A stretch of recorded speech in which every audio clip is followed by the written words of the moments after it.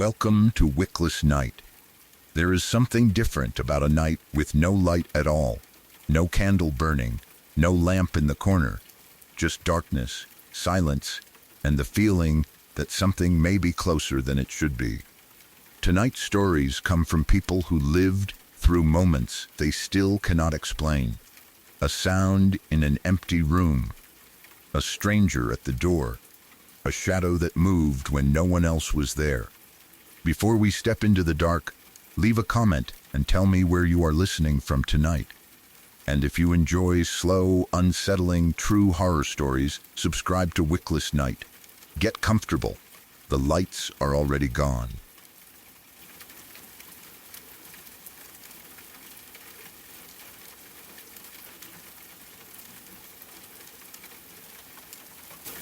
When I was around 12 years old, I woke up in the middle of the night needing to use the bathroom. It should have been a completely normal thing. I had woken up in the night plenty of times before. Sometimes I would hear the house creaking. Sometimes I would hear pipes making noise. And sometimes I would have to get up, go to the bathroom, and come back to bed, half asleep. Normally, I knew my room well enough that I could walk through it in the dark without much trouble. I knew where the bed was. I knew where the door was. I knew where the window was. I knew where the light switch was beside the door. I had lived in that room long enough that I did not need to think about the layout. Even in the dark, I knew how many steps it took to get from my bed to the door. That night, though, something felt wrong the second I opened my eyes. My room was much darker than it should have been. It was nighttime, so of course it was supposed to be dark. But there is a difference between a dark bedroom and the kind of darkness where you can barely make out anything at all. Usually, there was some light coming in through the window, maybe from the moon, maybe from a street light, maybe from another house nearby. There was almost always enough light for me to see the vague shape of my furniture. That night, there was nothing. The room felt swallowed by darkness. I could not see the window. I could not see the outline of my dresser. I could not see the door. I could barely make out the blanket over me. At first, I did not panic. I was still tired, and all I could think about was getting to the bathroom. I assumed my eyes just had not adjusted yet. Maybe the clouds were covering the moon. Maybe the streetlight outside had gone off. Maybe I had woken up at a darker part of the night than usual. So I got out of bed. I moved quickly because I knew exactly where the door should have been. I did not want to stand around in the dark. I just wanted to turn on the bedroom light, go to the bathroom, and get back under the blankets. I walked toward the wall where my bedroom door was. Then I reached for the light switch. Instead of touching the switch, my hand touched the window. For a second, I just stood there. My fingers touched cold glass. I could feel the frame around it. That made no sense. The window was on the opposite side of my room. The light switch was supposed to be near the door, which was nowhere close to the window. I had walked in the direction I thought the door was, reached out automatically, and somehow ended up standing at the window instead. At first, I thought I had made a simple mistake. Maybe I had gotten up too fast. Maybe I had turned around without realizing it. Maybe I had been more asleep than I thought and walked in the wrong direction. That was possible. I was tired. I had just woken up. I could have been disoriented for a few seconds. But the longer I stood there, the stranger it felt. I turned away from the window and tried to look around the room. I could not see anything. The darkness seemed to get worse. It was not just that my eyes had not adjusted. It was as if there was nothing for them to adjust to. No light came through the curtains. No light came from the hallway. No thin line of brightness showed under the door. There was no glow from outside. It became complete darkness. Absolute blackness. I held still and waited for my eyes to get used to it. I thought that if I stopped moving, maybe I would be able to make out the room again. Maybe the outlines of furniture would slowly appear. Maybe I would see the pale shape of the door against the wall. But nothing appeared. The more I waited, the darker it felt. I remember standing there with one hand still near the window, trying to slow my breathing. I was beginning to feel confused in a way that made my stomach tighten. I started thinking that maybe I had somehow turned around while I was asleep. Maybe I had rolled over strangely in bed. Maybe I had woken up lying with my head at the bottom of the bed instead of where my pillows normally were. That would explain why I had walked toward the wrong side of the room. If I had gotten turned around in bed, then everything would feel backward. That seemed like the most reasonable explanation. I tried to picture the room in my head. If I had woken up facing the wrong direction, then the door would not be where I expected it to be. The window would be on the side I thought was the door. The room would feel unfamiliar for a moment, so I took a breath and tried again. I turned around slowly.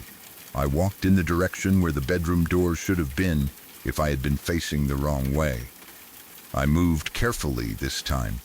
I held one hand out in front of me, feeling through the darkness. I was expecting to touch the door frame, then the door, then the light switch. Instead, my hand touched wallpaper. Just wallpaper.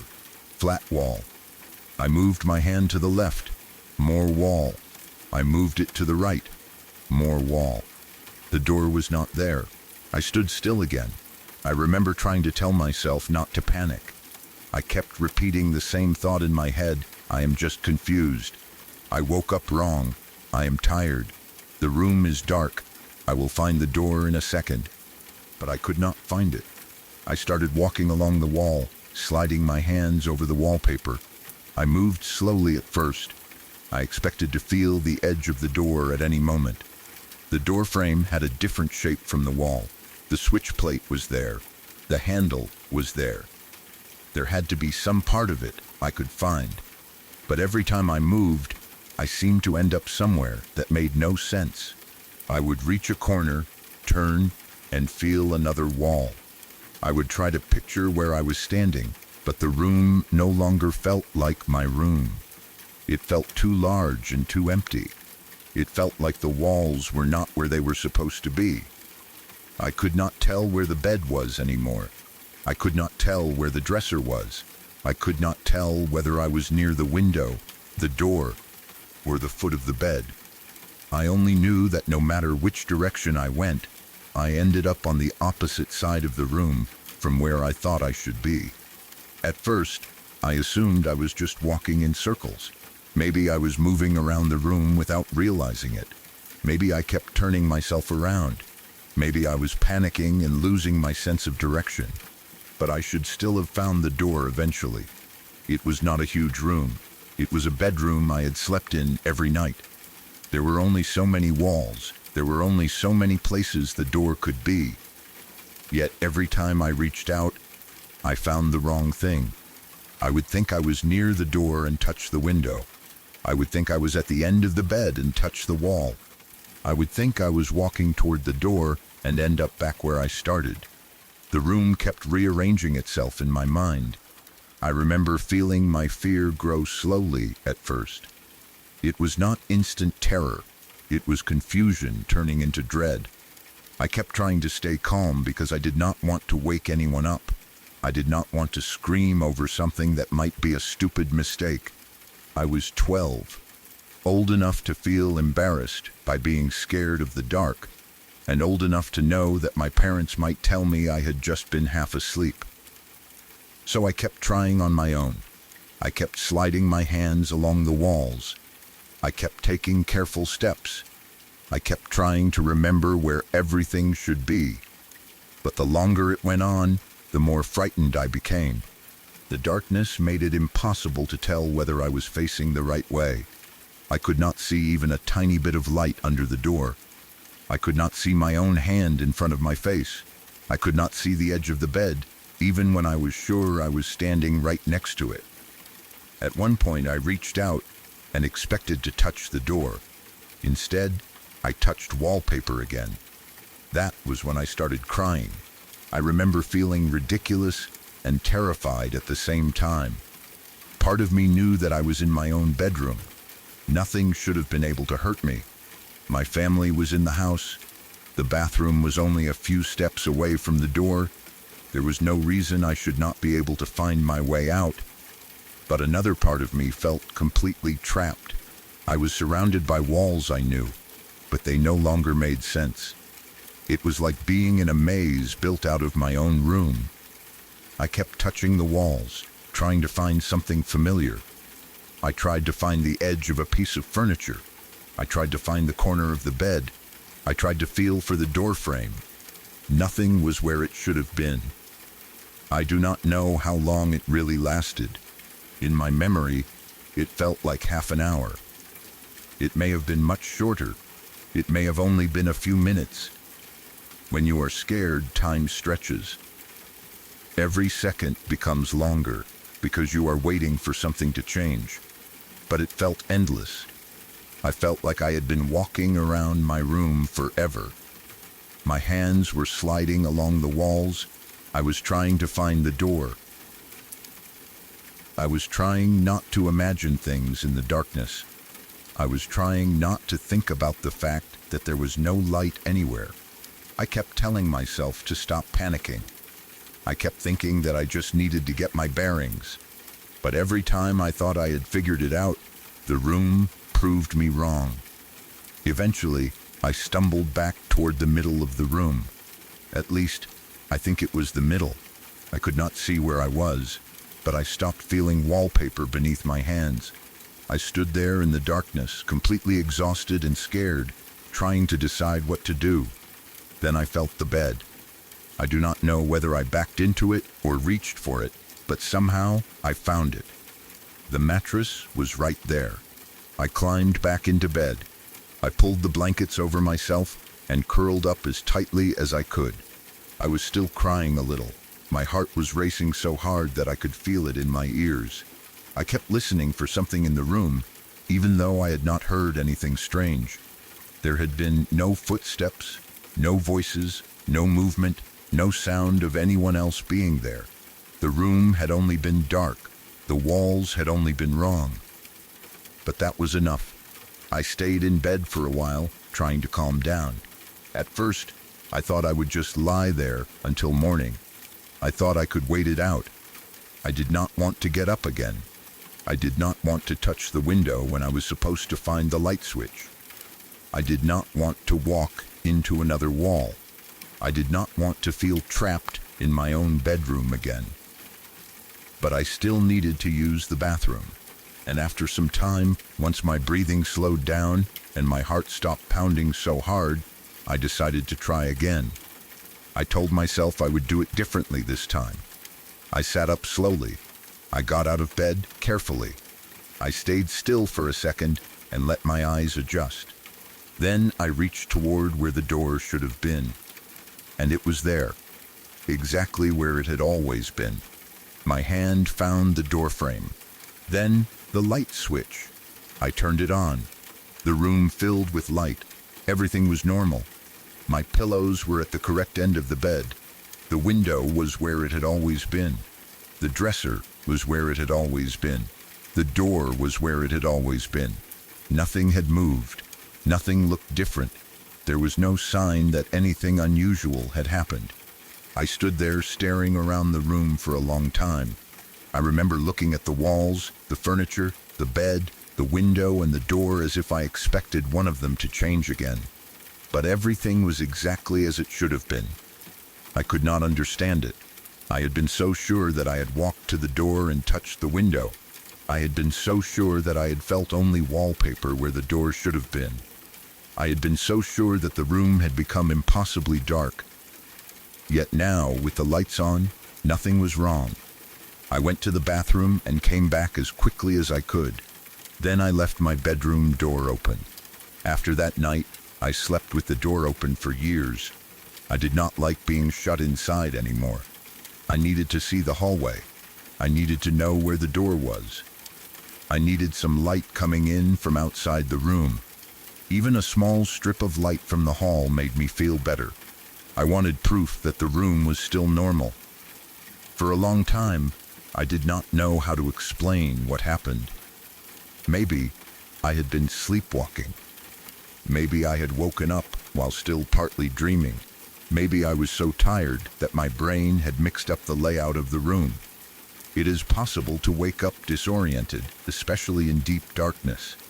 People can have strange moments where they do not know where they are for a few seconds after waking up. Maybe I had panicked and made everything worse. Maybe I had walked to the wrong side of the room, gotten confused, and then kept turning myself around until I could no longer tell where I was. That would make sense.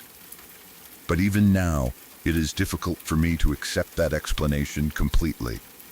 I knew that room. I knew where the door was. I knew where the window was. I knew where my bed was. It was not a hotel room. It was not a new house. It was not a place I had only slept in once. I had lived there. I had walked through that room in the dark plenty of times before. And that night, every part of it felt wrong. The most frightening part was not that it was dark. It was that the room stopped behaving like a room. The door was gone when I needed it. The window was where the switch should have been. The walls seemed to lead nowhere.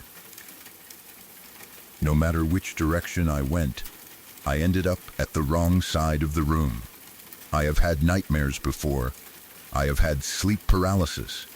I have had those strange moments where you wake up confused and do not know what time it is or where you are. But nothing else has ever felt like that. Nothing else has ever made me feel like the place I knew better than anywhere had suddenly become impossible to navigate. Maybe it was only a nightmare that continued after I woke up. Maybe it was a panic reaction in total darkness. Maybe my mind was still asleep, even though my body was moving. I do not know. All I know is that I woke up needing the bathroom, reached for my light switch, and touched my window instead. Then, for what felt like forever, I could not find my bedroom door. And when I finally found it again, it was exactly where it had always been.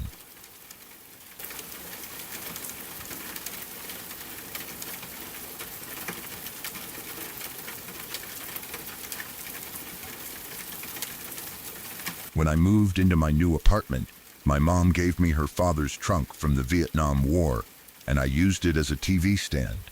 It was a large old military-style trunk, solid and heavy, with the kind of worn surface that made it obvious it had been around for decades. It had scratches, faded markings, old metal hardware, and that dry, dusty smell that old stored things seem to keep forever. It was not beautiful in a normal furniture sense, but I liked it. It had history. It felt like something real from my family instead of just another item bought from a store. At the time, I did not know much about my grandfather beyond the basic story I had been told growing up. My mom had always said that he died because of the war. She did not go into much detail, but she made it sound like Vietnam was the reason he was gone. When I was younger, I understood it in the simple way children understand things. He went to war. Something terrible happened. He never really came back from it. That was the version of the story I had in my head for years. My mom never seemed to like talking about him. Whenever his name came up, there was always a strange heaviness in the conversation. She would answer basic questions, but she never gave much away. She would talk about the trunk sometimes, though, not in a sentimental way. More like she wanted it gone. She had told me more than once that she never wanted the trunk in her house. She said it made her feel uncomfortable. She said there was something about having it around that bothered her. She could not always explain exactly why, but she made it clear that she did not like it. It was not just an old object from the past to her. It was connected to a part of her life she did not want sitting in a room where she had to look at it every day. When she gave it to me, she told me that I should probably get rid of it. She said I could donate it, throw it away, put it in storage, whatever I wanted. She just did not want it back. But I wanted to keep it. At that point in my life, I saw it as family history. It was one of the few physical things connected to my grandfather. I did not understand why my mom had such a strong reaction to it, and I thought maybe she was just tired of carrying around old memories. I figured that if I kept it, I could give it a purpose. It would not just sit in an attic or basement collecting dust. So I put it in my living room and used it as a TV stand. It fit surprisingly well. It was sturdy enough to hold the television, game systems, remotes, cables, and all the random things that collect around a TV. It gave the apartment a slightly old-fashioned look, but I liked that too. It became just another part of my home. For a while, nothing about it felt strange. It was simply a trunk under the TV. Then I got a roommate. He moved in, and like roommates usually do, we started learning each other's stories.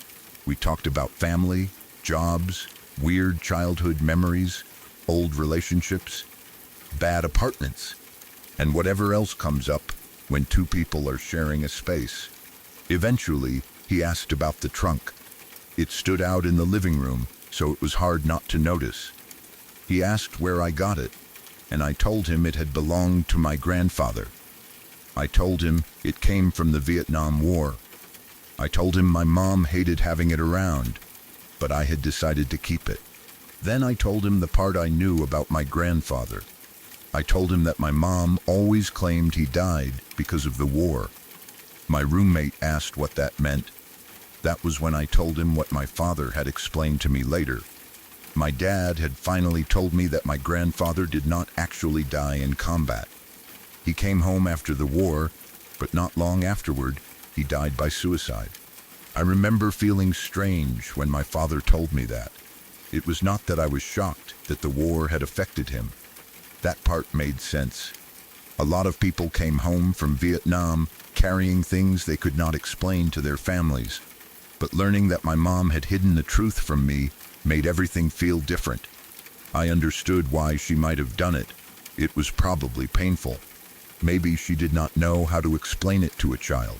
Maybe she wanted to protect me from the truth. Maybe she had spent her whole life trying to make sense of it herself. But once I knew, the trunk no longer felt like just an old military item. It felt connected to a man I barely knew and a life that had ended badly after he came home. My roommate was curious about it. He asked if we could go through the trunk. At first, I hesitated. I had owned it for a while by then, but I had never really gone through everything inside. I had opened it before, of course, but mostly just to make sure there was nothing valuable or dangerous in it.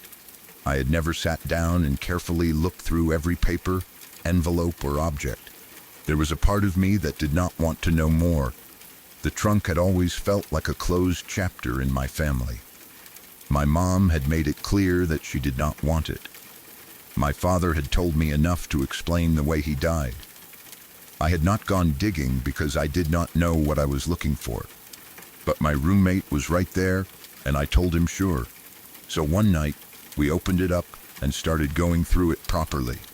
The inside smelled old. Not rotten or moldy, just stale and dry. The kind of smell that comes from papers, fabric, metal, and decades of being shut away. There were different things inside. Old belongings, personal items, papers, maybe letters and documents that had been sitting untouched for years. At first, it was mostly normal old family item stuff. Things that told us a little about who he had been, but did not explain much. Old papers. Things connected to military service. Items that had probably been packed away when nobody knew what else to do with them. Then we found the letters. There were multiple letters from credit unions. At first, I did not understand what they were. I thought maybe they were just old bills or account statements. But as we read them more carefully, a pattern started to appear. They were about credit card fraud. There were notices, warnings, account problems, and things that made it clear something serious had been happening around the time my grandfather died. It looked like he had been receiving repeated letters about fraudulent charges, or financial trouble connected to credit accounts. My roommate and I sat there reading them, trying to piece together what it meant. It did not give us a perfect answer. We could not know exactly what had happened in his life, what kind of stress he had been under, or whether the letters were the main reason behind what he did. It would be wrong to pretend a stack of documents could explain something as serious as a person's death, but it gave us context. It made the situation feel more real. My grandfather had come home from war. He had apparently been dealing with whatever trauma or struggles he carried from that. Then, at some point, he was also dealing with financial problems and fraud notices. Maybe he felt trapped. Maybe he felt ashamed. Maybe he felt overwhelmed. Maybe there were other things nobody in the family ever knew about. All we knew was that there were letters, and that they showed a level of stress that had not been part of the family story I had grown up hearing. After we went through the trunk, the mood in the apartment changed. Not in some dramatic way at first. There were no immediate noises. Nothing moved. The lights did not flicker. We did not see a figure standing in the hallway. But we both felt unsettled. It was like opening the trunk had made the past feel closer than it had before. Before that night, the trunk had been furniture. Afterward, it was connected to a person, a death, secrets and information my family had never openly talked about. My roommate and I both tried to keep things normal. We put the papers back carefully. We closed the trunk. We went about the rest of the night. We watched TV, talked about something else, and eventually went to bed. It was late by then. I do not remember exactly what time we fell asleep, but I remember waking up around 2 hours later. I woke up to the sound of an ambulance siren. Not a distant ambulance passing on a main road. Not a faint siren echoing through the neighborhood. This was deafening. It was so loud that it felt like the ambulance was inside the apartment complex, right outside the building, or directly beneath my window. The noise had that deep, painful pressure that industrial fire alarms can have. It was not just loud in the normal sense. It rattled inside my ears. The sound seemed to vibrate through my whole head. I woke up instantly. There was no slow realization, no moment of wondering what I was hearing. I was awake the second the siren started, and panic hit me just as fast. I covered my ears. The noise was unbearable.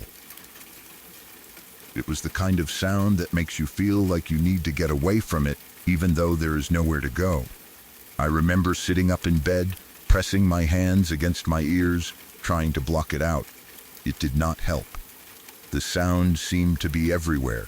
I jumped out of bed and rushed out of my room. The apartment hallway was dark, except for whatever small amount of light came through from outside or from nearby rooms. I expected to see flashing emergency lights through the windows. I expected to hear people opening doors, running outside, talking, shouting, or reacting. Instead, I saw my roommate standing in the hall. He was covering his ears too. He looked just as panicked as I felt. For a second, neither of us said anything. We just looked at each other. And the moment we made eye contact, the siren stopped. Completely. There was no fade out, no sound moving away, no ambulance engine, no final echo. The noise simply vanished. 1 second, it was so loud that we were both covering our ears. The next second, the apartment was silent. Not normal quiet. The kind of silence that comes after something huge stops and your ears are still ringing from it. My roommate and I stood there in the hallway staring at each other. Then we both moved toward the windows. We looked outside. There was no ambulance. There were no flashing lights. There was no fire truck. There were no police cars. There was no crowd of people standing outside. There was nothing. The parking lot looked normal. The street looked normal. The entire apartment complex looked asleep. We checked again. We looked from different windows. We listened for distant sirens. We waited for some sign that maybe an ambulance had passed quickly and we had just caught the loudest part of it. Nothing. No lights. No engine. No voices. No emergency activity anywhere. That should have made us feel better, but it did not. It made it worse. If it had been an ambulance outside, then at least we would have had an answer. It would have been annoying and loud, but normal. Someone could have been sick. Someone could have needed help. The siren could have been right outside the building for a moment and then driven away. But there was nothing outside, and the fact that we both heard it made it impossible to dismiss as a dream. I had been asleep, but my roommate had been asleep too. We both woke up, we both covered our ears, we both ran into the hallway. We both looked at each other while the sound was happening. Then it stopped. We talked about it for a long time after that. Neither of us knew what to say. We tried to explain it in every normal way we could think of. Maybe an ambulance had driven past close to the building, and the sound echoed strangely between the apartments. Maybe someone nearby had a TV or radio on at an impossible volume. Maybe there was a car alarm or emergency alarm that sounded similar to a siren. Maybe we had both woken up during some weird sleep state and misunderstood the sound. But none of those explanations fit well. The sound had been too loud, too close, too sudden, and then it had stopped too completely. The next day, I decided to check something. At the time, I worked a 911 job, so I had access to people who would know whether there had been emergency activity in the area. When I went to work, I asked the night shift whether any ambulance had been sent to my apartment complex that night. I asked if there had been a fire alarm. I asked if there had been a medical emergency. I asked if there had been any kind of call near the building around the time we heard the siren. They told me no. Absolutely not. They checked the records. The call logs backed them up. There had been no ambulance sent to the complex. No emergency call. No fire alarm. No police activity. Nothing. That was the point where the story became harder for me to explain away.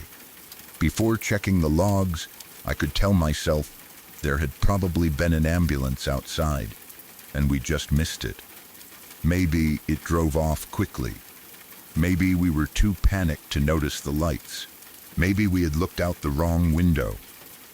But there was no dispatch, no call, no official record of anything happening there. That night, I told some friends about it. They did not believe us. Most people did not. And honestly, I understood why. The story sounds ridiculous when you say it out loud. Two roommates go through an old war trunk connected to a grandfather who died tragically. They find old letters that reveal more about his life. Then, 2 hours after going to sleep, both wake up to a siren that sounds like it is inside the building. There is no ambulance outside. There is no emergency call on record. It sounds like something from a horror movie. But it happened. At least, my roommate and I know what we heard. We both heard it. We both woke up. We both stood in the hallway with our hands over our ears. We both watched the sound stop the moment we saw each other. Maybe there is a normal explanation that neither of us ever found. Maybe some nearby sound traveled in a way that made it seem like it was inside the apartment. Maybe an alarm went off somewhere without being reported. Maybe there was an emergency vehicle passing through an area that did not show up in the records I checked. Maybe our minds filled in parts of the experience because we had just spent the evening looking through old family documents. I cannot rule those things out, but I know the sound was real enough to hurt. I know it was loud enough to wake both of us from sleep. I know it was loud enough to make us run into the hallway covering our ears, and I know that when we looked outside, there was nothing there. After that night, I looked at the trunk differently. It was still under my TV. It still held up the same weight. It still had the same scratches, faded paint, and old metal corners, but it no longer felt like just a piece of furniture. It felt like a container full of things my family had avoided talking about. A trunk that had traveled through war, come home with a man who could not stay, and then sat in silence for years while people tried to move on. I never said the trunk caused anything. I do not know that. Maybe the siren had nothing to do with it. Maybe it was only a strange coincidence, but the timing is impossible for me to forget. We opened the trunk, we found the letters, we went to bed, and 2 hours later, we woke up to a deafening ambulance siren that did not exist anywhere outside our apartment. Nobody else has to believe it. Most of my friends do not. But my roommate and I were there, and we both know what we heard.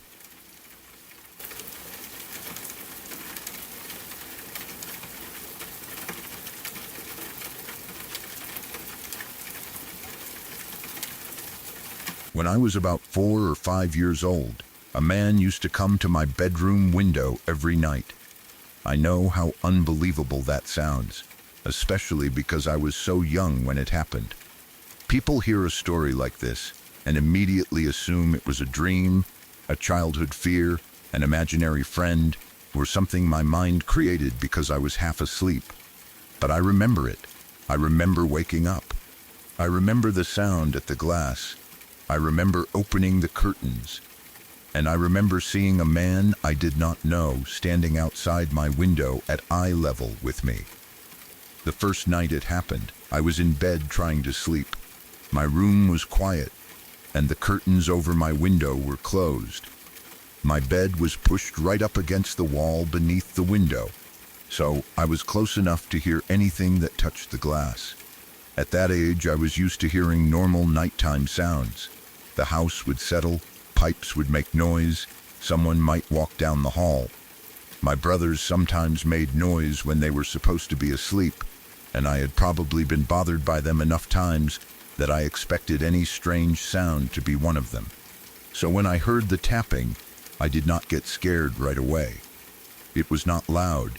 It was a small, light tapping sound against the window, not like someone pounding on the glass, more like someone touching it carefully with one finger, then doing it again. Tap, tap, tap. At first, I thought one of my brothers was outside being stupid. That was the only explanation that made sense to me. I thought maybe one of them had snuck around the side of the house. Maybe they were trying to scare me or get my attention. Kids do things like that, especially brothers. I assumed they were messing around and wanted me to react. My bed was right against the window, so I rolled over toward it. I reached up and opened the curtains. There was a man standing outside. He was so close to the glass that his face was level with mine. I remember freezing. He was not one of my brothers. He was not someone I recognized from the neighborhood. He was not a family member. He was not a friend of my parents. He was just some adult man I had never seen before, standing directly outside my bedroom window in the dark. For a second, I did not know what to do. I was a small child. I did not understand all the possible danger in that situation. But I understood enough to know that he did not belong there. Adults did not stand outside children's bedroom windows at night. Strangers were not supposed to know where I slept. Nobody should have been close enough to look directly at me through the glass. But he was. He did not look away when I opened the curtains. He was already looking at me. That is one of the parts I remember most clearly. There was no moment where he got caught and jumped back. He did not turn his head as if he had been looking somewhere else. He did not act surprised that I had opened the curtains. He was waiting for me to see him. And when I did, he held eye contact. Then he started moving his hands. At the time, I did not know what to call it. I did not understand sign language. I had probably seen people signing on television or somewhere before, but I did not have the words for it. All I knew was that he was making careful motions with his hands while looking at me. It looked like he was trying to tell me something. His hands moved in front of his chest and face. Sometimes he pointed. Sometimes he made shapes with his fingers. Sometimes he moved both hands at once. The movements looked deliberate, not random. They did not look like somebody waving, dancing, or trying to make me laugh. It looked like a language. I just did not understand it. I stared at him through the window while he kept signing. I do not know how long it lasted. As a child, it felt like several minutes. It might have been shorter, but I remember sitting there watching him and feeling too confused to move. I do not remember him saying anything. I do not remember hearing his voice through the glass. I do not remember him smiling or making an angry face. He just looked at me and moved his hands. Eventually, he stopped. Then he nodded once. After that, he walked away. That was it. He did not try to open the window. He did not knock again. He did not speak. He did not wave goodbye in a normal way. He just nodded, turned, and walked off into the darkness. I remember lying there afterward, trying to understand what had happened. Part of me expected him to come back immediately. Part of me expected one of my brothers to burst into my room laughing and admit it had been a joke. But nobody came. The room stayed quiet. The curtains stayed open. The window showed only darkness outside. Eventually, I must have fallen asleep. The next night, he came back. The tapping started again. The same small sound against the glass. I remember feeling scared before I even opened the curtains that time. I already knew who I expected to see. I remember not wanting to look, but I was also too curious not to. I opened the curtains. He was there, standing in the same place, at eye level with me. Waiting, he began making the same hand movements again. He looked directly at me while he signed, as though he expected me to understand. I did not. I was too young to know what any of it meant. I watched him because I did not know what else to do. He kept moving his hands. Then, after a while, he nodded and walked away. The same thing happened the night after that, and then the night after that. It became a routine. Every night I would be in bed. The curtains would be closed. At some point, I would hear the quiet tapping against the window. I would roll over and open the curtains. The man would be there. Then he would start signing. He never seemed rushed. He never seemed panicked. He never acted like he was worried someone might catch him. That is one of the reasons it frightened me so much. He behaved like he had all the time in the world. He would stand outside my window and make those movements with his hands for what felt like minutes. Sometimes I would try to focus hard, thinking maybe I could understand. Maybe he was trying to tell me his name. Maybe he was asking for help. Maybe he wanted me to do something. But I never understood any of it. I only knew that he came back night after night. At first, I told my family every day. I would wake up in the morning and tell them that the man had come to my window again. I would explain that he stood there and moved his hands. I would say that he was doing something like sign language, though I probably did not use those exact words at first. I tried to describe him. I tried to explain where he stood. I tried to tell them that the tapping woke me up. I tried to make them understand that he was real. But nobody believed me. My family treated him like an imaginary friend. They called him the sign language guy. Sometimes they may have laughed about it. Sometimes they probably thought I had had a vivid dream. Other times, they may have assumed I was making up stories, because children often do. Maybe they thought I wanted attention. Maybe they thought I had watched something strange on TV and turned it into a bedtime story. But I was not making it up. I knew what an imaginary friend was supposed to be. An imaginary friend was something you talked about or played with. It was someone you invented. This man was not like that. I did not choose when he came. I did not want him there. I did not know who he was. And I did not know why he kept using those hand signs. Still, every time I told my family, they dismissed it. That was almost as frightening as the man himself. When you are a child and something scares you, you expect adults to take it seriously. You expect them to check the window. You expect them to look outside. You expect them to make sure the doors are locked. You expect them to tell you that you are safe. But because they thought I was imagining it, they did not see it as a real problem. They saw it as a story. Meanwhile, I was lying in bed every night, waiting to hear the tapping again. The fact that the window was open made it worse. It was not locked. It was not sealed shut. It was open enough that if the man had wanted to reach in or climb inside, he probably could have. That is something I did not fully understand when I was 4 or 5. At that age, I knew the window was open, but I did not understand how dangerous that could be. I did not think about kidnapping or people breaking into homes the way an adult would. But looking back now, it terrifies me. He was right there, every night, at my window, close enough to see my face, and the window was open. If he had wanted to take me, he could have tried. If he had wanted to get inside, he could have. If he had wanted to hurt me, he had the chance. But he never did. He only tapped. He waited for me to open the curtains. Then he made those signs with his hands. Afterward, he nodded and walked away.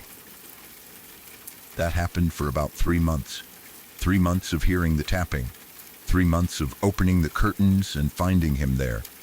3 months of trying to tell my family that a stranger was coming to my bedroom window at night. 3 months of being told that he was not real. I do not remember whether he ever looked different. I do not remember his exact clothes, his hair, or every detail of his face. I was young, and the room was dark. But I remember the feeling of seeing him clearly enough to know he was an adult man. I remember how close he was. I remember that he looked directly at me. And I remember his hands moving through the dark. Sometimes I wondered whether he was really using sign language. Maybe he was. Maybe he was trying to communicate with me and assumed I would understand. Maybe he had some reason for coming to the window that I could not possibly know. Maybe he was mentally unwell. Maybe he thought I was someone else. Maybe he had seen me before and decided to make me part of some strange routine. Or maybe I misunderstood what I saw. Maybe he was making random hand motions. Maybe he was trying to get my attention. Maybe he was gesturing in a way that only looked like sign language because I was a child trying to make sense of something I did not understand. I cannot say for sure. All I know is that it looked deliberate. It looked like he was speaking without using his voice. And every night, he acted as though he expected me to listen. Eventually, my family moved away. I do not remember exactly why we moved. It may have been for work, money, a new house, or some normal family reason. But once we left that home, the man stopped coming. There was no last night where he did something different. There was no final message. There was no explanation. The tapping simply ended because we no longer lived there. For a long time, I tried to put it out of my mind. As I got older, I started questioning the memory. Maybe I was dreaming. Maybe I was having recurring nightmares. Maybe I saw something once, became scared, and then my mind repeated it over and over. Maybe I had confused a real person with a dream figure. But I do not think so. I remember being awake. I remember rolling over in bed. I remember opening the curtains. I remember the man being at eye level with me.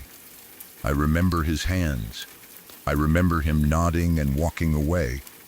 And I remember telling my family about it again and again. Even now, they still say I made it up. They still talk about him as though he was just my imaginary friend. They treat it like a strange little story from when I was small. Maybe they genuinely do not remember how often I brought it up. Maybe they never understood how serious I was. But I do. I remember being scared. I remember being confused.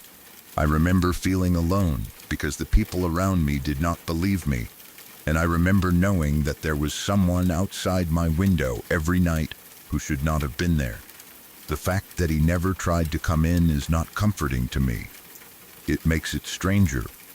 Why would an adult man stand outside a child's open bedroom window night after night, make silent hand signs for several minutes, then leave without trying to speak to the family or explain himself?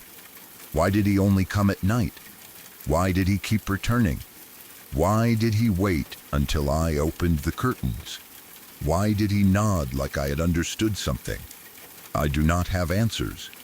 Maybe there was a normal explanation that I never learned because I was too young to ask the right questions. Maybe he was a neighbor.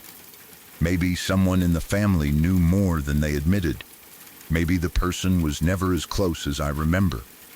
Maybe my memory has mixed together many nights, fears, and dreams, but the story has stayed the same in my mind for years. I was 4 or 5. There was tapping at my window. I opened the curtains.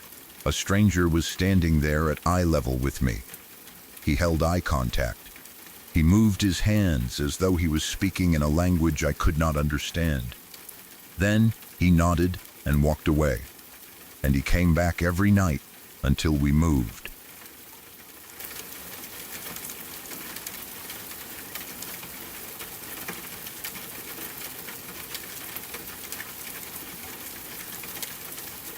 When I was about 14 years old, one of my closest friends and I were really into photography. We were at that age where every ordinary place could look interesting if the light was right. We would take pictures of empty streets, old buildings, trees, parked cars, shadows on walls, anything that looked different through a camera lens. We especially loved going out early in the morning. There was something about the light just after sunrise that made everything look softer and stranger than it did during the rest of the day. The streets would still be quiet. Most people were inside getting ready for work or school. Shops were closed. Cars were not moving much yet. The sky had that pale blue color, and the sunlight had not become harsh or bright. It made the neighborhood feel almost unreal. That morning, my friend and I got up early because we wanted to take pictures before the streets became busy. We had our cameras with us and were walking through a quiet residential area filled with family houses. It was not a dangerous place. It was not abandoned. It was just a normal neighborhood where people lived ordinary lives. There were houses close together, small front gardens, driveways, fences, and cars parked along the street. Some curtains were still closed, some homes had lights on inside. But there were no people walking around outside, no children playing, no one mowing a lawn, no one talking across a fence. It was just us. The morning light was beautiful. It was soft and blue, but warm sunlight was beginning to touch parts of the street. The light made the windows shine and turned the edges of houses gold. There was a little mist or softness in the air, the kind that makes a place look like it belongs in a dream. We were taking pictures as we walked. Sometimes we would stop because one of us noticed a good angle. We would photograph long shadows, old brick walls, sunlight falling through trees, or the empty pavement. We were not doing anything special. We were just teenagers with cameras, enjoying the quiet and thinking we were making art. I remember feeling calm. There was no sense that anything bad was going to happen. No strange sounds, no people acting suspiciously, no reason to be afraid. It was one of those peaceful mornings that make you feel like you have the whole neighborhood to yourself. Then we came around a corner, and we saw a house on fire. Not smoke coming from a chimney, not a small flame near a window, not a trash can burning or a car with smoke coming from it. The whole house looked like it was burning. I mean the entire building. Flames seemed to cover it from top to bottom. The windows glowed with orange light. Fire crawled over the front of the house and rose from the roof. It looked like the house had been burning for a long time. like there was no way anyone could still be inside. For a second, neither of us said anything. We just stopped. I remember looking at my friend, then looking back at the house. I think both of us were waiting for the other one to say it was not real. We were probably both hoping it was some kind of reflection or trick of the morning light, but it was not. At least, it did not look like one. The fire was bright enough to overpower the soft blue light around us. The rest of the street still looked quiet and cool, but that one house looked violently orange and red. The flames moved. They rose and bent. They flashed behind the windows. It was not just something we saw. We felt it. The heat reached us from across the street. It was not a weak feeling of warmth from the sun. It felt like the heat from a real fire. It pressed against our faces and arms. I remember the air feeling suddenly dry and hot, completely different from the cold early morning air we had been walking through only seconds before. We could hear it too. That was what made it impossible for us to dismiss at the time. There was a huge sound coming from the house. It sounded like a real fire sounds in movies, but much worse because it was right in front of us. There was a loud roaring noise, like flames eating through wood and walls. There were sharp cracking sounds mixed into it. It sounded violent and alive. I remember feeling completely frozen. You see something like that, and your brain does not know what to do first. You do not immediately think clearly. You do not calmly decide the next step. You just stare, because what you are seeing does not make sense. The street had been empty and peaceful. Now there was a house burning in front of us. There were no people outside screaming, no neighbors standing in their gardens, no cars stopping, no smoke alarms, no police, no fire trucks, nothing, just us, standing in the street, staring at what looked like a whole house being destroyed. Then panic hit. My friend and I started talking over each other. We were both scared and trying to figure out what to do. We knew we had to call the fire department. We were young, but we were old enough to understand that if a house was really burning, someone could be trapped inside. We called the firefighters. I do not remember every word we said because we were panicking, but we gave them the location. We described the house. We told them it was on fire. We tried to explain that the whole building looked like it was burning. I remember struggling to speak clearly because I was so frightened. The person on the phone asked questions, and we tried to answer them. We told them where we were. We gave them the street. We gave them the house location as best as we could. We probably kept repeating that the fire was huge because we could not understand why nobody else seemed to be reacting. The operator may have asked whether anyone was inside. We did not know. We could not see anyone. We did not go close enough to knock on the door. We were 14. We were terrified. The heat felt real. The noise felt real. The house looked like it could collapse at any moment. I know now that we probably should have waited for the firefighters. That would have been the sensible thing to do. We should have stayed at a safe distance and shown them exactly where the house was. We should have waited so they could confirm what we had seen. But we were kids. We had just called emergency services about a burning house, and suddenly the whole situation felt too big for us.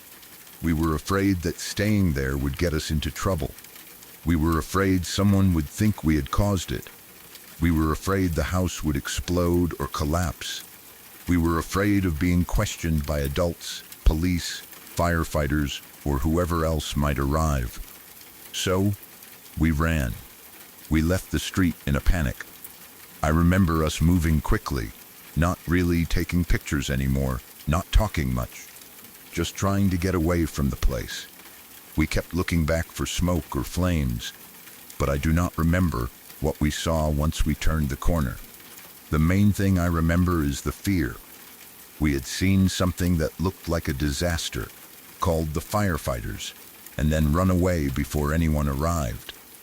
For the rest of that day, I could not stop thinking about it. I kept imagining the house burning down. I kept thinking about whether people had been inside, I wondered if the firefighters had gotten there in time. I wondered whether we should have stayed. I wondered if we had done the right thing by calling, even though we had not waited to explain it properly. My friend felt the same way. We talked about it again and again. We went over every detail: the flames, the windows, the heat, the sound, the way the whole house appeared to be burning at once. Neither of us treated it like a joke. Neither of us said we had made it up. We both knew what we had seen. The next day we went back. We wanted to see what had happened. We expected to find the house damaged, blackened, or at least surrounded by signs that firefighters had been there. We thought there might be broken windows, water damage, tape around the property, smoke stains, or people cleaning up. We did not know what to expect exactly.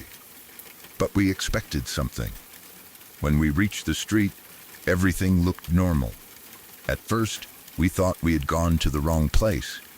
We walked more slowly, checking the houses. We looked at the corner where we had seen the fire. We looked at the driveway, the fence, the roof, and the windows. The house was there, the same house. But it was completely normal.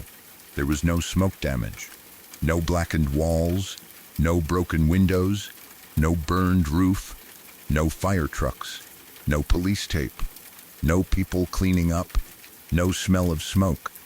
Nothing. It looked like it had never been touched by fire. I remember standing there with my friend and feeling completely confused. We looked at each other and then back at the house. We knew where we had been.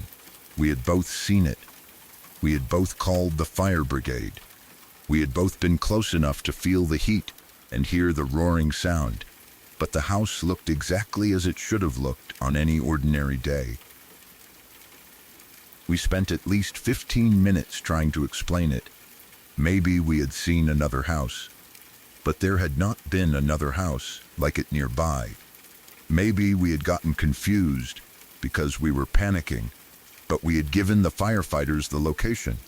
Maybe it had been a reflection from the sunrise, but how could sunlight create flames across an entire house? How could it create heat? How could it create the sound of a large fire? Maybe there had been a fire somewhere else behind the house. But we had seen flames in the windows. We had seen fire covering the building itself. The more we talked, the less sense it made. Eventually, we decided to knock on the door. I was nervous about it. My friend was nervous too. We knew it might sound ridiculous. Two teenagers knocking on a stranger's door to ask whether their house had been on fire the previous morning was not exactly normal. Still, we needed to know. We stood there for a moment before one of us knocked. A middle-aged woman opened the door. She looked normal at first, just confused about why two teenagers were standing outside her house. But when we started explaining why we were there, her expression changed. We told her that we had been walking past the day before and thought we had seen the house burning. We tried to make it sound reasonable. We said we had called the firefighters because we believed there was a fire. We may have asked if there had been some kind of incident or if something had happened earlier. She got angry. From her point of view, I understand why.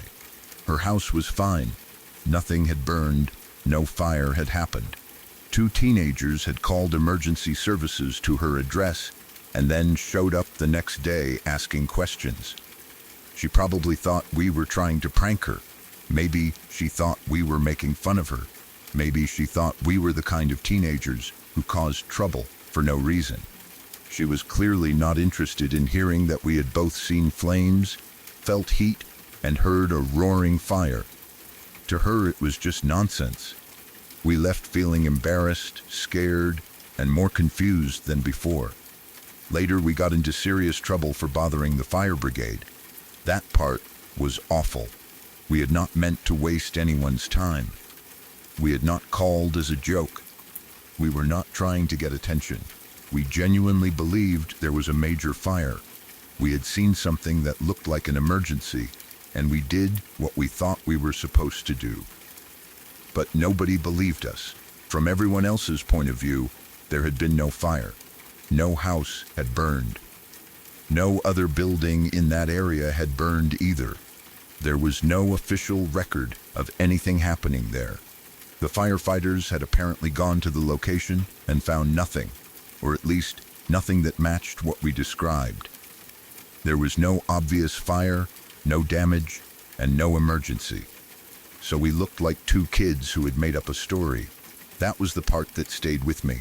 Not just the fear of seeing the house burning, not just the sound and heat, but the fact that something so obvious to both of us left no sign behind. If I had been alone, I might have convinced myself that I had imagined it. Maybe I had been tired from waking up early. Maybe the strange blue light of morning had made the house look wrong. Maybe I had seen sunlight reflecting off windows or clouds and my brain turned it into fire. Maybe I had heard some ordinary sound and thought it was flames. But my friend saw it too. We were standing together. We both stopped at the same time. We both looked at the same house. We both felt the heat. We both heard the sound. We both panicked. We both called the fire brigade. We both went back the next day and stared at a perfectly normal house. That is why I have never been able to dismiss it completely. I do not know what we saw. I am not saying that house truly burned in another reality or that time changed around us. I do not know anything like that. I do not have proof. I do not have photos. We were there to take pictures, but I do not remember taking a photo of the fire. Maybe we were too scared. Maybe the thought of using a camera never even crossed our minds because we were focused on calling for help. Sometimes I wish we had taken one picture. One photo could have answered so many questions. If the image showed a normal house, then maybe we would know our eyes had fooled us. If the image showed flames, then at least we would have something to prove we were not lying. But we did not. All we have is the memory, and the memory has not changed. I remember coming around the corner. I remember the soft morning light. I remember the street being empty. I remember seeing the house burning all at once. I remember the orange light and the flames in the windows. I remember the heat hitting my skin. I remember the roaring sound. I remember being 14 years old and terrified. I remember calling the fire department. I remember running away because we were scared. And I remember returning the next day to find the house completely untouched. Maybe there was a normal explanation we never found. Maybe something about the light, the weather, or the morning mist made the house look like it was on fire. Maybe a reflection from somewhere else created an illusion so strong that both of us saw the same thing. Maybe a sound carried through the street at the exact same time and convinced us it was coming from the house. I do not know. But whatever happened, it was real enough to us that we believed people could be dying inside. That is not something either of us would forget. To this day, we are both sure we saw that exact house on fire. Officially, it never burned. No one else seems to believe us. But we know what we saw.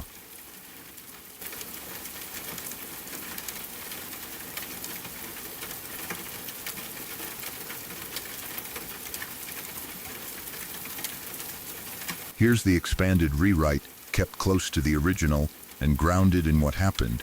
The first time we had to have that conversation was after the 5th time she had called 911.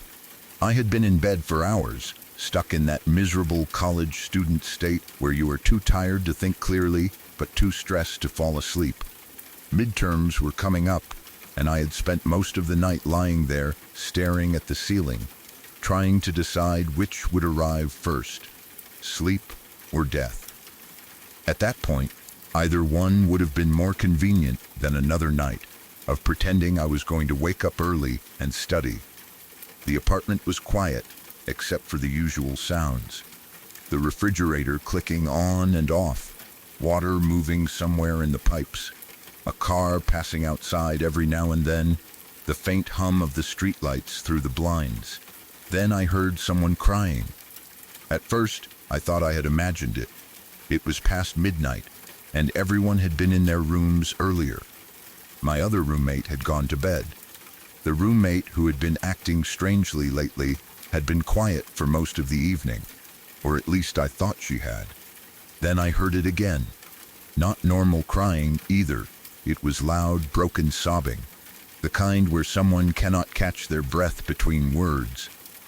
I got out of bed, irritated at first because I was exhausted and did not want to deal with anything.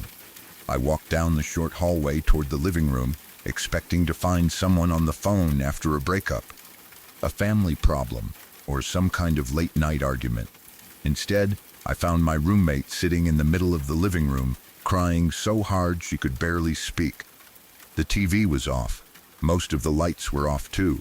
The only real light in the room came from the street outside and the glow from the building across the way. Our apartment faced a bank, a plain square building with big windows and a sign over the entrance. It was not pretty, but it was familiar. I had looked at that bank almost every day since we moved in. She was sitting on the couch with her knees pulled up, staring toward the window. Her phone was in her hand. I knew immediately what had happened. She had called 911 again. At that point, it was not the first time. It was the fifth. I stood there for a second, trying to wake up enough to understand the situation. Then I asked her what the hell was wrong. She looked at me with tears running down her face and started wailing about the bank building being on fire. Not smoking, not maybe on fire, not something that needed checking. She was completely convinced that the bank across the street was burning down and that people were dying inside. She kept saying emergency services did not care. She said she had told them people were trapped. She said she could see the flames. She said nobody was listening to her. I turned toward the window. The bank was not on fire. It was sitting there exactly as it always was, dark except for a few lights inside. No smoke coming from the roof, no orange glow in the windows, no fire trucks outside, no people running, no flashing lights, no flames. I stood there looking at it for several minutes. I kept expecting to see something I had missed, maybe a small fire behind the building, maybe a reflection, maybe some kind of electrical problem or light that looked strange from our angle. But there was nothing. The street was quiet. The bank was quiet. The building was not burning. I turned back to her and asked how long she had been awake. She said she had not slept in 2 days. That explained some things, but it did not make the situation easier. She had been staying awake for weird stretches of time for a while by then. At first, it seemed like normal college behavior. Everyone around us was sleeping badly. Everyone was stressed. People stayed up studying, worked late shifts, drank too much coffee, slept through classes, and acted strange during exam weeks. But she had stopped going to class. She would stay awake all night, then sleep for a few hours in the middle of the day. Or she would say she was going to sleep and then spend the whole night pacing around the apartment, watching TV with the volume low, scrolling through her phone, or sitting at the kitchen table doing absolutely nothing. Sometimes she would be awake for a day and a half, sometimes longer. We did not always know, because she would stay in her room with the door shut, but you could hear her moving around. You could hear drawers opening, cabinet doors closing, water running, footsteps in the hallway at 4 in the morning. At first, I assumed she was dealing with anxiety or school pressure. I had no idea why she was not going to class, but I was not her parent. I was her roommate. We were all young, trying to live on our own, trying to get through school, trying to figure out what was normal and what was not. But the fire calls became impossible to ignore. The first time she called emergency services, she said she saw smoke from the apartment building next to ours. My other roommate and I checked. There was no smoke. There was no fire. There was no emergency. She apologized afterward and said she must have mistaken a reflection in the window. The second time, she thought there was a fire in a dumpster behind the building. Again, there was nothing. The third time, she called about an apartment down the street. She said she could see flames coming from the upstairs windows. She sounded completely panicked. By the time my other roommate and I woke up and checked, there was nothing there except a normal dark apartment building. After the fourth call, we told her she needed to stop calling 911 unless she could get someone else to confirm what she was seeing. She agreed. At least she said she agreed. But then came the fifth time. She was sitting in our living room crying about the bank being on fire and people dying inside. She kept insisting that she could see it through the window. She pointed at the building like the flames were obvious. I looked where she was pointing. Nothing. There was no orange light, no smoke, no crackling sound, no movement, nothing but a dark bank on a quiet street. I was tired, frustrated, and honestly more scared than I wanted to admit, not because I thought the bank was on fire, but because I did not know how to help someone who was so convinced she was seeing something that was not there. I told her she needed to go to bed. I tried to say it calmly at first. I told her she had been awake for 2 days and her body was probably making everything feel more intense. I told her that the building was not burning. I told her I had looked at it. I told her that if she ever thought there was a fire again, she needed to wake one of us first before calling emergency services. She kept crying. She kept saying people were dying. Eventually, she did go to bed, but not before checking the window several more times. I stayed awake for another hour after that. I could not get the image out of my head. Her sitting in the dark, sobbing while staring at a completely normal building, absolutely certain she was watching people burn alive. The next morning, she acted embarrassed. She did not deny calling.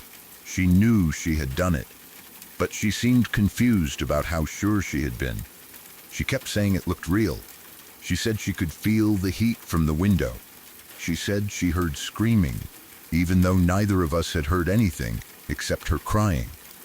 My other roommate and I tried not to make her feel worse, but we also did not know what to do anymore. We were not trained to handle that kind of thing. We were just roommates. We could tell her to sleep. We could tell her to eat. We could ask her if she wanted to call her parents. We could make sure she was not alone when she seemed especially upset. But we could not force her to go to class. We could not force her to see a doctor. We could not stop her from staying awake all night unless we physically followed her around, which obviously was not possible. And we definitely could not keep having police, firefighters, or emergency dispatchers sent out because she thought every other building was burning. After that night, the situation got worse before it got better. She would go long stretches without sleeping, then suddenly announce that something was on fire. It was never the same place twice. Sometimes it was a building across the street. Sometimes it was a house farther down the block. Once, she said the laundry room in our building was smoking. Another time, she insisted the hallway light was glowing orange because the apartment next door had caught fire. Each time she sounded genuinely frightened. That was the hardest part. She was not laughing. She was not acting like she wanted attention. She was not looking for drama. She looked terrified. She would shake. She would cry. She would pace back and forth. She would keep looking out the window, then back at us like she could not understand why we were not reacting. And every time, there was nothing. No fire, no smoke, no emergency vehicles, no alarms, no damage.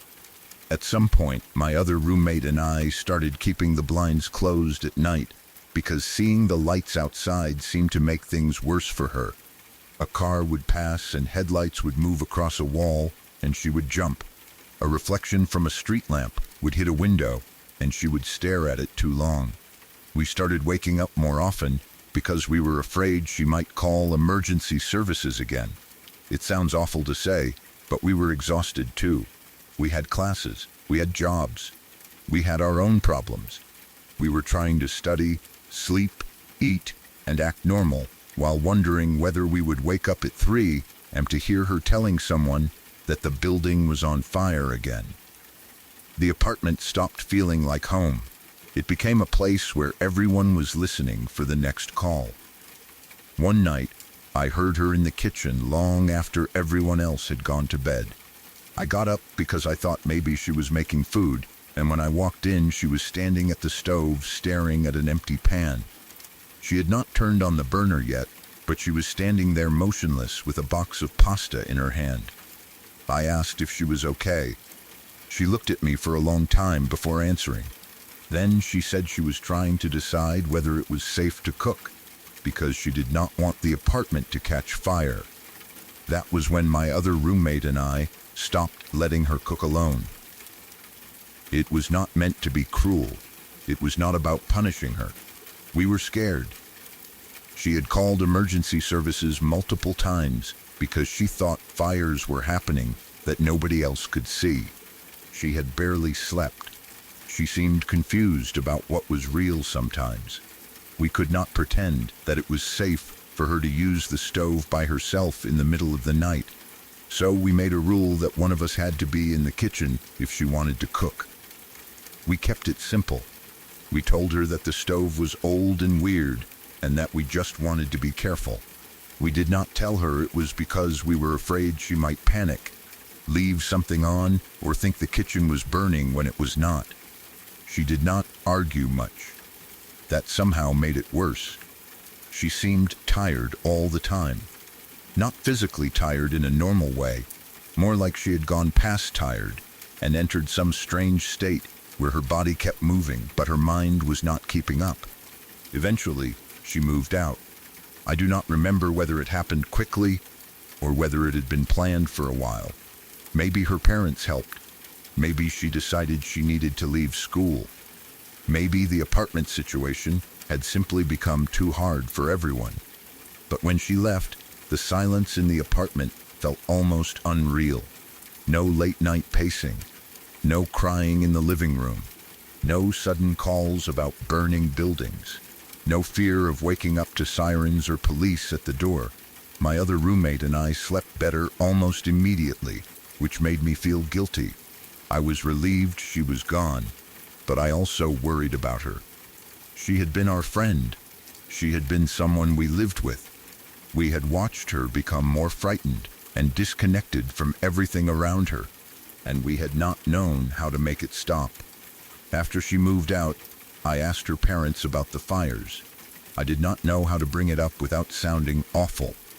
I did not want to make her seem unstable or cruelly talk about something she might not even remember clearly. But I also needed to know whether this had happened before. So I asked them if she had ever stayed awake for long periods of time and started calling emergency services because she thought things were on fire. They looked completely confused. They said they had never heard about it. They had never seen her do anything like that before. They did not know she had called 911 multiple times. They did not know she had been staying awake for days. They did not know she had been convinced buildings were burning when they were not. They were as stumped as we were. That was the last time I heard much about it. I do not know what happened to her afterward. I do not know whether she got help. I do not know whether she ever had another experience like that. I do not know whether she remembers the same nights the way we do. What I do know is that, for a while, she lived in an apartment with us and saw fires everywhere. She saw them in windows. She saw them across the street. She saw them in ordinary buildings at night. And every time, she was completely sure. The bank building was never on fire. Nobody was dying inside. The fire department did care. They just could not respond to something that was not there.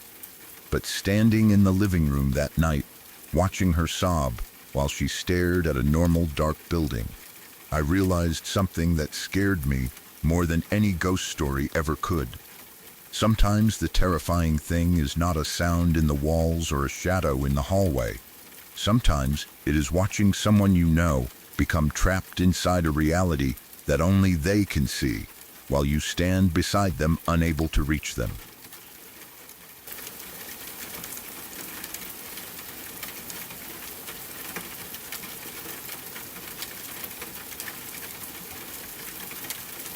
Before the next story begins, thank you for staying here in the dark. If this is your first visit, subscribe to Wickless Night for more true stories made for the late hours, when the world is quiet and every little noise feels important. You can also leave a like and tell me which story has made you look around the room so far. Now, let's continue.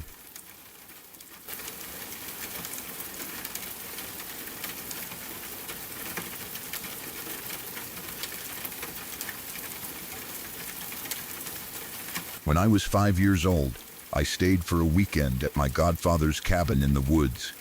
I do not remember every part of that trip now, because I was so little, but I remember that morning more clearly than almost anything else from my childhood.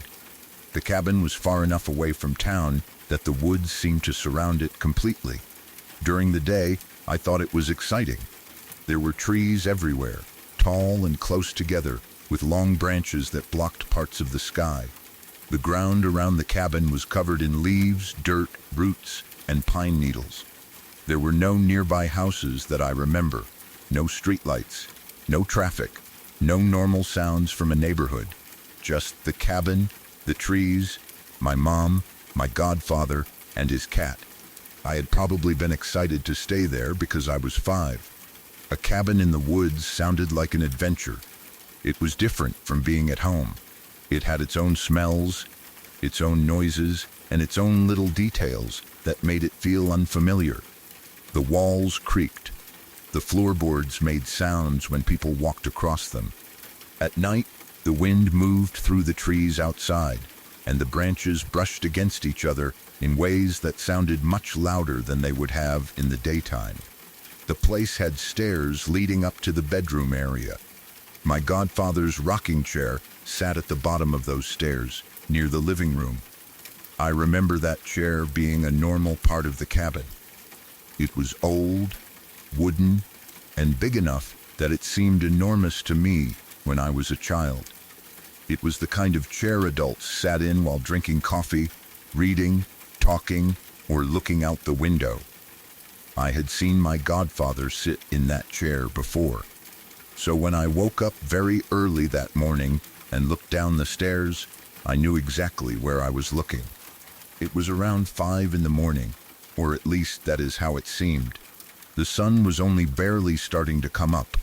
The sky outside was not bright yet. It had that cold gray-blue color that comes before sunrise, when night is ending, but the day has not properly started. The cabin was dim. There was enough weak light coming through the windows to make out the shapes of furniture downstairs, but not enough to see everything clearly.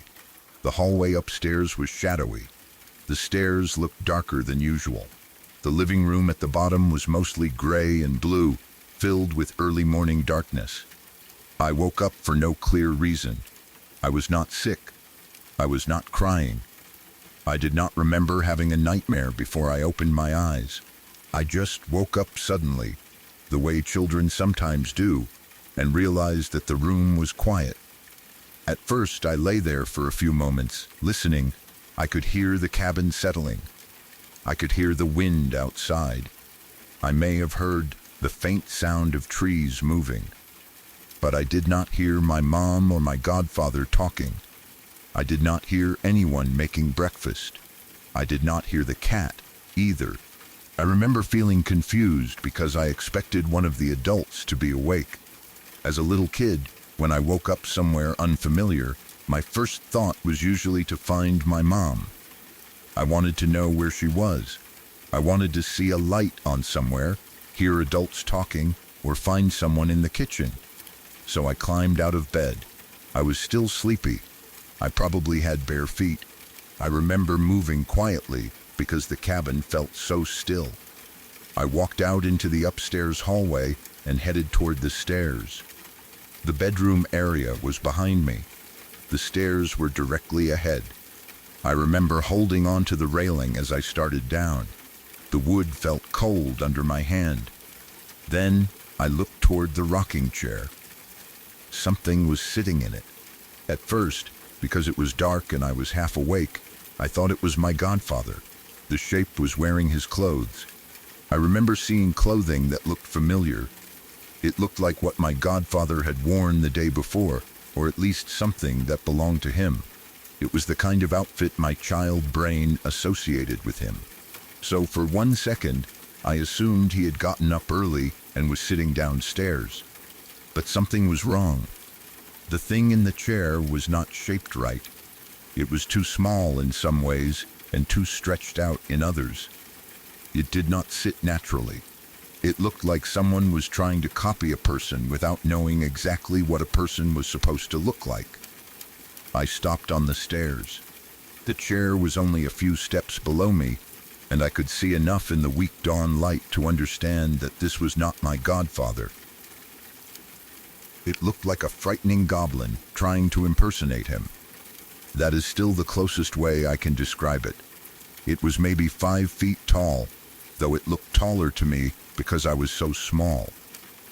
Its skin looked wrinkled and strange, like it was too tight in some places and too loose in others. It was not the face of an old person. It was not normal skin. It was something rough and folded, with deep lines that made it look wrong even in the dim light. It had a long nose. Not just a noticeable nose, a long, pointed, unnatural-looking nose that seemed too large for its face. But the worst thing about it was the smile. It had a huge smile stretched across its face. The smile was far too wide. It seemed to take up more than half of its face, pulled into something that looked almost painful. The corners of its mouth reached farther than they should have. It did not look happy. It did not look friendly. It looked like the thing had copied the idea of smiling, but had no understanding of what a human smile was supposed to mean. Inside that huge smile were sharp teeth. I remember those teeth clearly. They looked too sharp, too pointed, too crowded together.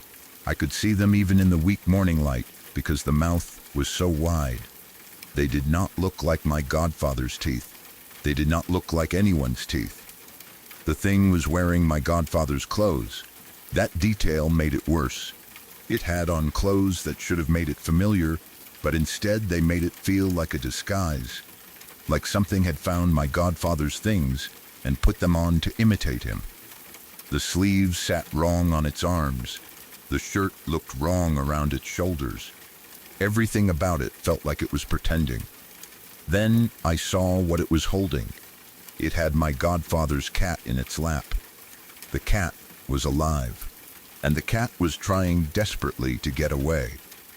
I remember that clearly because the cat's reaction made the whole thing feel real in a way I could not explain. Animals do not pretend. Cats do not sit calmly in the lap of something they are afraid of. This cat was struggling, twisting, trying to pull away from the thing's hands. But the thing held her tightly. It was petting her with fingers that looked like claws. Its fingernails were long, sharp, and curved. They did not look like normal fingernails. They looked like claws on the end of hands that were trying to look human. The thing moved them over the cat's fur in slow strokes, almost gently, but there was nothing gentle about it. The cat was fighting to escape. I could see her body tensing. I could see her trying to pull away. I remember wondering why she was not scratching it, why she was not making more noise, why nobody else in the cabin was waking up. The thing kept petting her. Then it looked at me. It stared directly at me. I cannot say how long we looked at each other. It may have been only a few seconds, but in my memory, it felt much longer. I was frozen on the stairs. I could not move. I could not scream. I could not call for my mom. The thing did not blink. It did not say anything. It just sat in my godfather's rocking chair, wearing his clothes, holding his terrified cat, and smiling at me with those sharp teeth. The smile never changed. It did not get bigger when it noticed me. It did not fade. It just stayed there, wide and wrong, as though it had been waiting for me to wake up and come downstairs. At some point, my mind finally caught up with what I was seeing. I turned around and ran. I ran back up the stairs as fast as I could. I remember the sound of my feet hitting the wood. I remember feeling like I was barely touching the steps because I was moving so quickly. I made it into the bedroom, slammed the door shut, and threw myself onto the bed. Then I pulled the covers over my head. I was 5 years old. The blankets were the only thing I could think of. Somewhere in my child brain, hiding under the covers, still felt like protection. It did not matter that I knew a door would not stop something like that. It did not matter that the covers could not truly hide me. I just needed to disappear. I held the blankets close around my face and tried not to breathe too loudly. For a few seconds, there was nothing. Then I heard it coming up the stairs. The stairs creaked one at a time. Slowly, not like someone running after me, not like an adult hurrying upstairs. The sounds were slow and steady. Each step made the old wood complain beneath its weight. Creak, then another. Creak, then another. I lay under the covers, too afraid to move. I knew it was coming toward the bedroom. I knew it had seen me run. I knew it knew where I was. I tried to convince myself it was my godfather. I tried to think that maybe I had been confused. Maybe I had seen him in the chair and made him look frightening because I had just woken up. Maybe the cat had been restless and the dim light had made everything look wrong. But I could still see that smile in my mind. I could still see those teeth. I could still see the cat struggling in its lap. The footsteps reached the top of the stairs. Then I heard the bedroom door open. I had slammed it shut. I remembered doing that. I remembered the sound of it hitting the frame, but now I heard it open. The hinges made a soft noise. The door moved. The thing came into the room. I could not see it because I kept the covers over my head. I did not dare look. I did not even want to peek through a tiny gap. I was terrified that if I saw it standing beside the bed, it would know I was awake. So I stayed still. I listened. I heard it enter the room.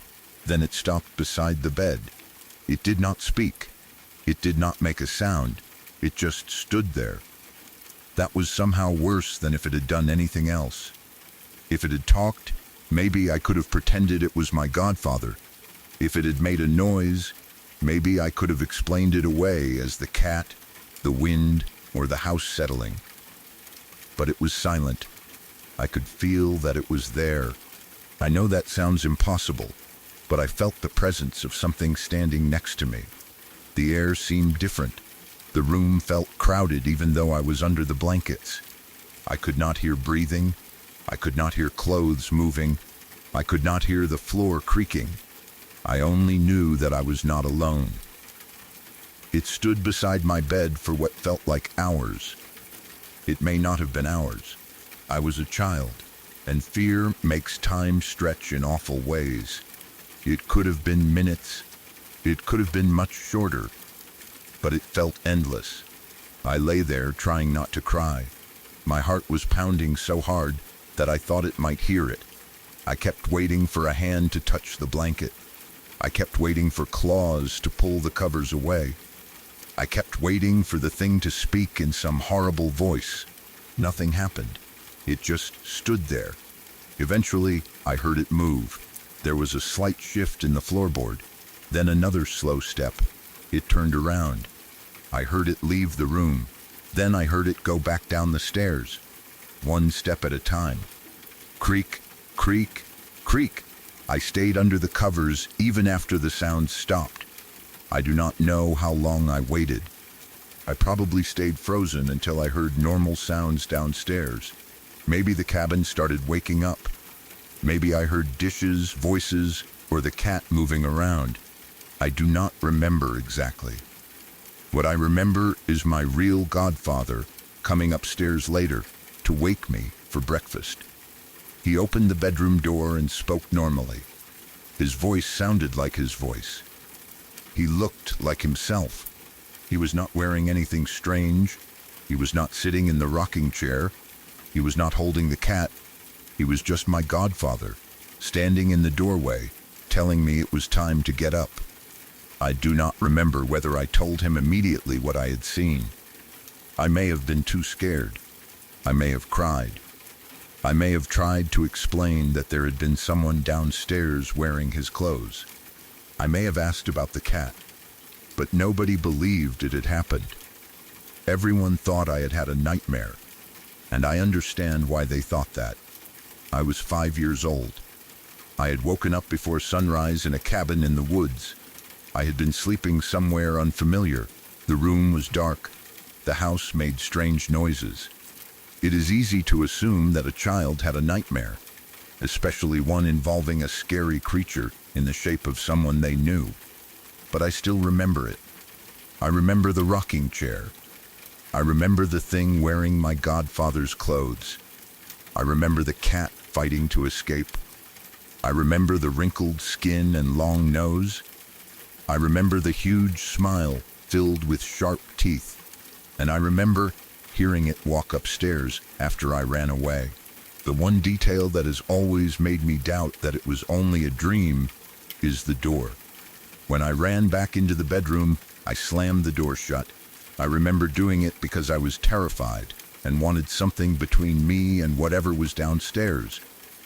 I remember the sound of the door hitting the frame. But when my godfather came upstairs later to wake me for breakfast, the door was open. Not halfway open after someone knocked. Open, that has always bothered me. Even if I had dreamed about slamming the door, I always slept with the door shut. I was a child who liked the bedroom door closed. I did not fall asleep with it open. I did not normally leave it open at night. So I have spent years wondering what happened. Maybe I did have a nightmare. Maybe I woke up confused, saw shapes in the dark, and turned them into something horrible. Maybe I dreamed that I ran upstairs and slammed the door. Maybe the door had been open all along, and my childhood memory mixed everything together. Maybe the cat was never in the chair. Maybe my godfather had gotten up early, and my half-awake mind turned him into something monstrous. Maybe it was all a nightmare shaped by the unfamiliar cabin, the darkness, and the woods outside. I cannot prove otherwise, but I know how real it felt. I know I was awake enough to walk down the stairs. I know I saw something sitting in the rocking chair, and I know I heard something come upstairs after I ran. Even now, the image that stays with me most is not the sharp teeth or the claws. It is the smile, that huge, stretched smile on something wearing my godfather's clothes. It did not chase me. It did not speak. It did not need to. It just sat in his chair, holding his terrified cat, and stared at me as if it had been waiting there all night.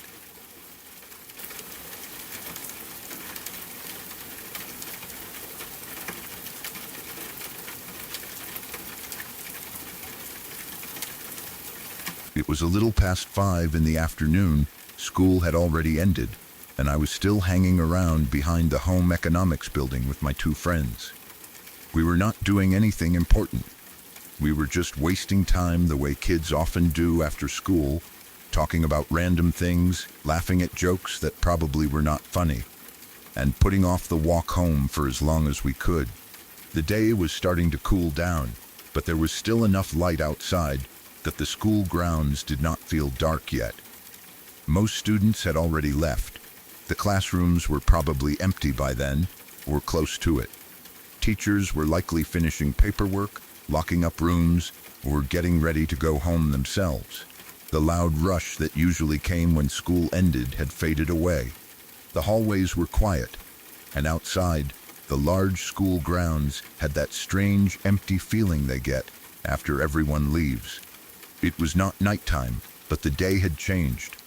The sunlight was lower, softer, and more orange than it had been earlier. Long shadows stretched across the ground. The buildings looked different in that kind of light.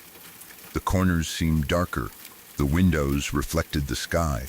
Even the field looked larger and emptier than it did during the day when students were running around on it. My two friends were heading home in the same direction as me, so eventually we decided to leave together. To get to the school gate, we had to walk across the all-purpose field. It was a large open space used for sports, assemblies, school events, and anything else that needed room. During the day, it was full of students. People played games there, stood in groups, ran around, practiced sports, or waited for teachers to tell them what to do. But that afternoon, it was almost completely empty. There were no groups of students crossing the field. No one was playing. No teachers were standing around. No parents were waiting near the gate. It was just the three of us walking across a wide open field toward the exit. Right in the middle of the field stood a huge flagpole. It was taller than anything around it. During school events, everyone noticed it because the flag was raised there. But on ordinary days, it was just part of the background. You walked past it without thinking much about it. That day, for some reason, I looked up. I do not know why.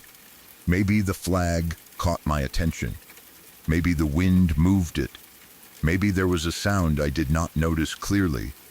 Maybe something in the corner of my eye made me glance toward the pole. But I looked up, and I saw a man sitting at the very top of it. For a moment, I could not understand what I was looking at. The pole was high above the field. It was not somewhere a person should be able to sit, especially not without a ladder, climbing equipment, or some obvious way of getting up there. But the man was there as if it were completely normal. He was sitting on top of the flagpole, not hanging from it, not climbing it, not standing on a platform. Sitting, he looked elderly. At least, he looked old to me. He was small and thin, with a hunched shape that made him seem even smaller against the tall pole. His clothes looked dirty and worn. They did not look like school clothes. They did not look like a teacher's clothes. They did not look like anything clean or normal for someone standing around a school campus in the late afternoon. His skin looked darker than most people I had seen around school that day. At first, he was facing forward. He looked out across the field, away from us, as if he were watching something in the distance. His posture was calm. He was not moving much. He did not look like someone who was afraid of falling. He did not look like someone struggling to balance. He looked like he belonged there. But no one could belong there, not at the top of a flagpole, not like that. I slowed down without realizing it. My friends kept walking for a second, but I was staring upward. I remember feeling confused before I felt afraid. My mind kept trying to turn what I saw into something normal. Maybe it was a decoration. Maybe it was part of the flagpole. Maybe it was a bundle of cloth or something caught in the wind. Maybe I was seeing the shape wrong because of the sunlight. But it was too clearly a person. I could see the body shape. I could see the clothes. I could see the way he sat. Then he turned his head. Slowly, he turned away from whatever he had been looking at and looked directly at me. The second his eyes met mine, I felt something change. It was not simply the fear of being noticed by a stranger. It was stronger than that. It was like every part of my body suddenly understood that I should not be standing there. I did not know why. He did not shout. He did not wave. He did not move toward us. He did not do anything obvious. But his stare felt wrong. He locked his gaze on me and held it. I could not tell what expression he had from that far away. I could not see every detail of his face, but I knew he was looking at me. There was no doubt about it. I felt cold, even though the afternoon was still warm. My stomach dropped. I stopped thinking about the field, the gate, the walk home, or the fact that my friends were beside me. I only wanted to get away from that flagpole. I started walking faster. At first, I tried not to look scared. I did not want to panic over something I could not explain. I told myself that maybe I was imagining it. I told myself that if I just kept walking, I would reach the gate and everything would be fine. But I could still feel him looking at me. I picked up my pace. Then I walked faster. Then I was almost running. The school gate was still ahead of us, but it felt much farther away than it should have. The field was open and wide, and I hated how exposed it made me feel. There was nowhere to hide, no building close enough to duck behind, no crowd of students around us, no one who would see what was happening if something went wrong, just the three of us crossing the field, and that man sitting at the top of the pole. I did not look up again right away. I was too afraid to. I kept my eyes on the gate and focused on putting one foot in front of the other. I could hear my own breathing. I could hear my shoes against the ground. I could hear my friends moving nearby. Then I finally reached the gate. The second I passed through it, I felt like I could breathe again. The gate marked the edge of the school grounds. Outside of it was the street, the path home, the normal world. Once I was past it, I told myself I was safe. But then I did the stupid thing people always do in horror movies. I looked back. I do not know why I did it. Maybe I needed to know whether he was still there. Maybe I needed to convince myself that I had imagined him.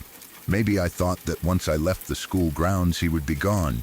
But I turned around and looked back across the field. He was still sitting on top of the flagpole, and he was still looking at me. Our eyes met again. Even from that distance, I felt it. He had not turned away. He had not looked somewhere else. He was watching me leave. That was when I ran. I did not just walk quickly anymore. I ran as hard as I could. I ran until my chest hurt. I ran until I was struggling to breathe. I ran without caring whether I looked stupid or whether anyone saw me. I just wanted distance between myself and that field. I wanted to get away from the school. I wanted to get home. At some point, I realized something strange. My two friends were already ahead of me. They had been running too. I had been so focused on the man on the flagpole that I had not noticed them speeding up. But there they were, farther ahead on the road, sprinting in the same direction. For a second, I felt even more scared. I thought maybe they had seen something else. Maybe they had heard something behind us. Maybe they had known to run before I did. When I finally caught up to them, all of us were out of breath. None of us spoke right away. We were too busy trying to breathe. We probably looked ridiculous. 3 kids running home after school for no obvious reason. But none of us was laughing. We were all scared. Eventually, one of them asked what I had seen. I asked them what they meant. Then they told me they had seen the man too.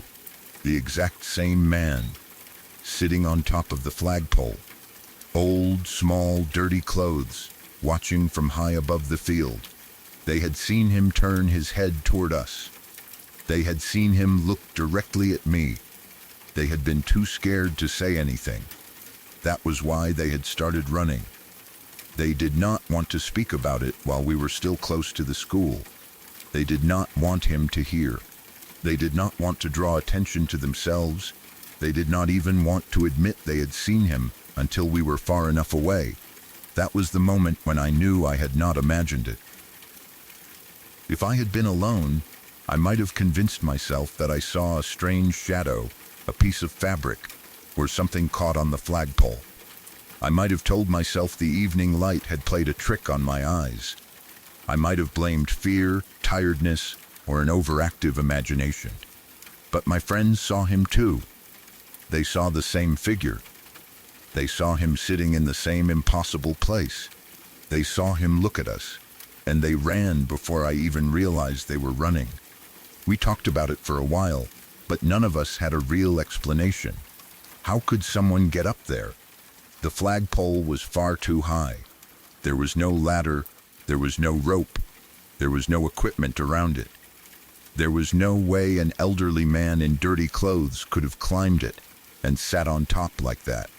And even if somehow he had, why would he be there after school? Why would he sit above an empty field? Why would he stare at children leaving through the gate? The next day, I expected something to happen. I expected to see him again. I thought maybe the school would be different. Maybe there would be teachers talking about someone climbing the flagpole. Maybe students would be pointing at it.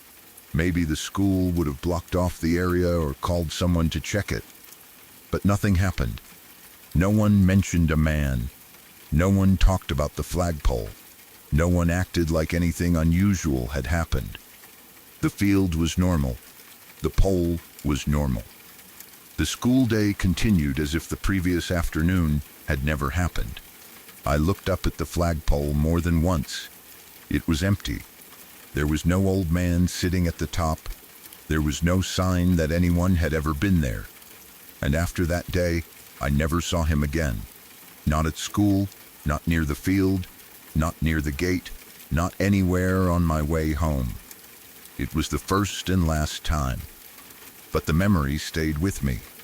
I grew up in a country where many people are superstitious, and stories about spirits, guardians, old souls, and unseen presences are part of everyday life. People do not always react to strange things by assuming they are meaningless. Sometimes they believe a place can have a guardian. Sometimes they believe that certain spirits watch over schools, homes, roads, or neighborhoods. When I told people about what happened, some of them said the man may have been some kind of school guardian. Maybe he was watching the students leave. Maybe he was making sure the children got out safely. Maybe he had been connected to the school in some way long before I ever attended it. Maybe he was just there to watch. That explanation is less frightening than some others, but I am not sure it comforts me. Because whatever he was, he did not feel friendly when he looked at me. He did not wave. He did not smile. He did not make any sign that he wanted to protect anyone. He sat at the top of the flagpole in dirty clothes, staring across an empty field. Then he turned and looked directly at me. And when I looked back from outside the school gate, he was still watching. Maybe he was a guardian. Maybe he was something else. Maybe there was a normal explanation that all three of us somehow missed. But I know that I was not alone. My friends saw him too. And none of us ever wanted to walk across that field alone after that.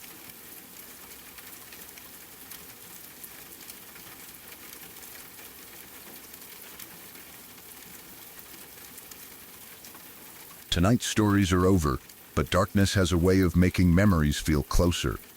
Some people never forgot what they saw. Others never learned what was behind the sound, the voice, or the shape waiting just outside the light. Tell me in the comments which story you will be thinking about after this ends. Subscribe to Wickless Night for more true accounts from the hours when no one wants to be awake alone. Sleep carefully, and do not trust every shadow that stays still.